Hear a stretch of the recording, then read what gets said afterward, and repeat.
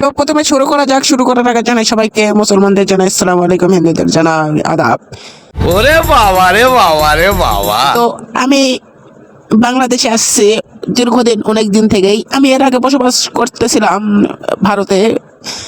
ভারতে থাকার পর, দীর্ঘকালীন থাকার পর সেখানে আমার আর ভালো লাগে না, তো এই জন্য চলে আসলাম বাংলাদেশে। তো বাংলাদেশে আসার পর এখানে এত সুন্দর জায়গা ছেড়ে আমাকে যেতে ইচ্ছা করতেছে না। এত ভালো পরিবেশ, এই পরিবেশ ছেড়ে আমাকে যাওয়ার ইচ্ছা হচ্ছে না। আমাকে কেউ তাড়িয়েও দিচ্ছে না যে আমি যাব। তো আমি বর্তমানে যা শুনতে পারতেছি, আমার ফ্যান ফলোয়ার্স মানে আমার পাড়া প্রতিবেশী আমাকে বলতেছে যে ভাই তুই তো অনেক ভাইরাল হয়ে গেছিস। তো আমি মনে মনে ভাবি, আমি যদি বাংলাদেশে থাকি এত ভাইরাল হই, তাহলে তো আমার ভারত যাওয়ার তো দরকার নেই।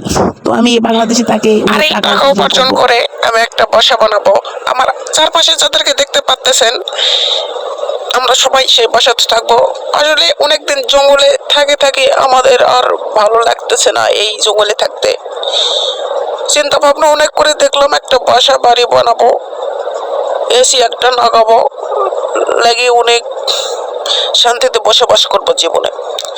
তো আমার নামটি হয়তো আপনারা অনেকে জানেন, আবার অনেকে জানেন না। তো আমার নাম হলো রাসেল, পদবি হলো ভাইপার, পেশা হলো সাপ, আর কাজ হলো মানুষকে ঠোকর মারা।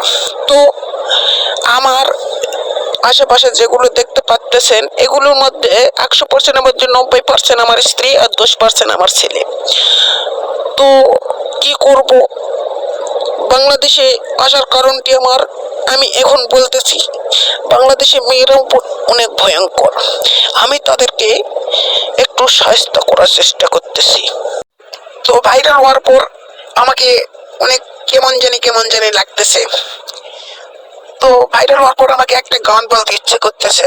গানটি হলো, ফুটা কলসি ফুটাল দিব, পানি পড়বো চাইয়া রে, কলসি ফুটা কইরা দিব, পানি পড়বো চাইয়া রে, ফুটা কলসি ফুটা ফুটা ফুটা ফুটা।